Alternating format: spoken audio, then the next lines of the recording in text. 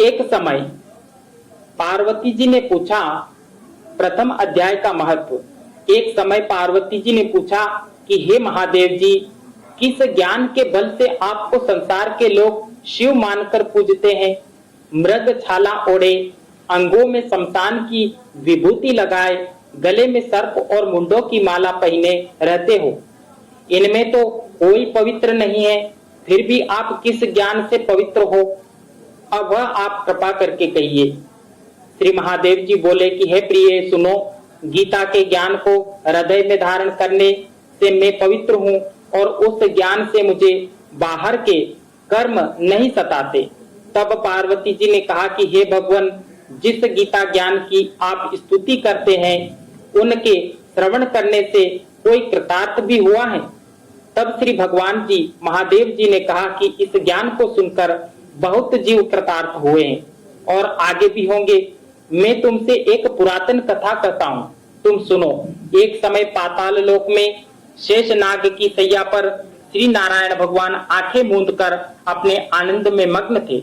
उस समय भगवान के चरण दबाती हुई लक्ष्मी जी ने पूछा कि हे प्रभु, निद्रा और आलस्य उन पुरुषों को सताते हैं जो जीव तामसी होते हैं, फिर आप तो तीनों गुणों में अतीत श्री नारायण जी प्रभु वासुदेव हो। आप जो नेत्र मूंदे हो, यह मुझको बड़ा आश्चर्य है। श्री नारायण जी बोले कि हे लक्ष्मी, मुझको निद्रा आलस्य नहीं सताता। एक शब्द रूप जो श्रीमद् भगवत गीता है, उसमें जो ज्ञान है, उसके आनंद में मग्न रहता हूँ। जैसे 24 अवतार मेरे आकार रूप हैं, वैसे यह गीता मेरा शब्द रूप अवतार है। इस गीता में ये मेरे अंग है।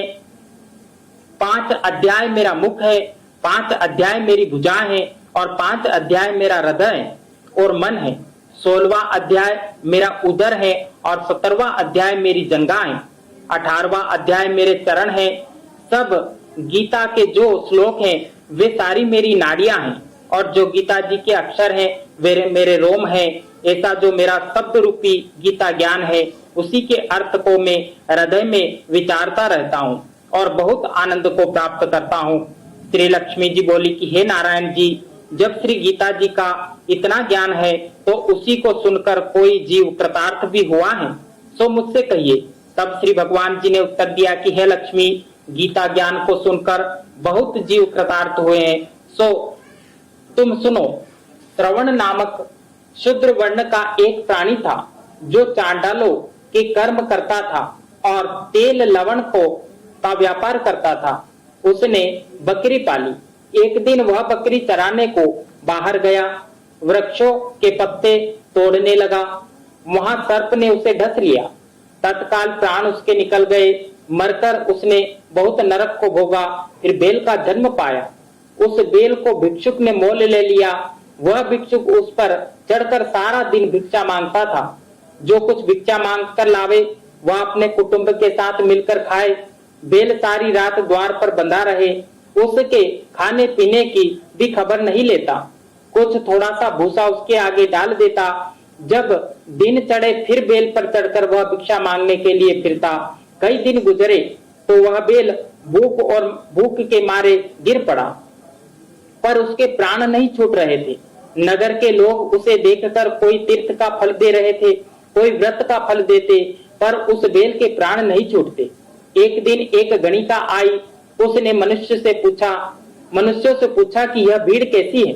तब उन्होंने उससे कहा, इस बेल के प्राण जाते नहीं हैं।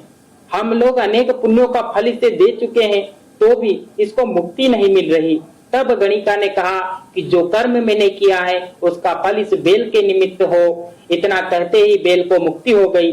तब बेल ने एक ब्राह्मण के घर में जन्म लिया। पिता ने उसका नाम सुशर्मा रखा। जब वह बड़ा हुआ, पिता ने उसको विद्या में दक्ष किया। तब भी उसको पिछले जन्म की सुधि याद रही थी। यह अति सुंदर हुआ। इसने एक दिन मन में विचार किया, जिस गणिका ने मुझको बेल योनि से छुड़ाया था, मैं उसका दर्शन करना चाहता हूँ। विप्र चलता चलता गणिका के घर गया। कहा, तू मुझे पहचानती है? गणिका ने कहा कि मैं तो तुम्हें नहीं जानती, तुम कौन हो? मेरा तेरा क्या पहचानना है?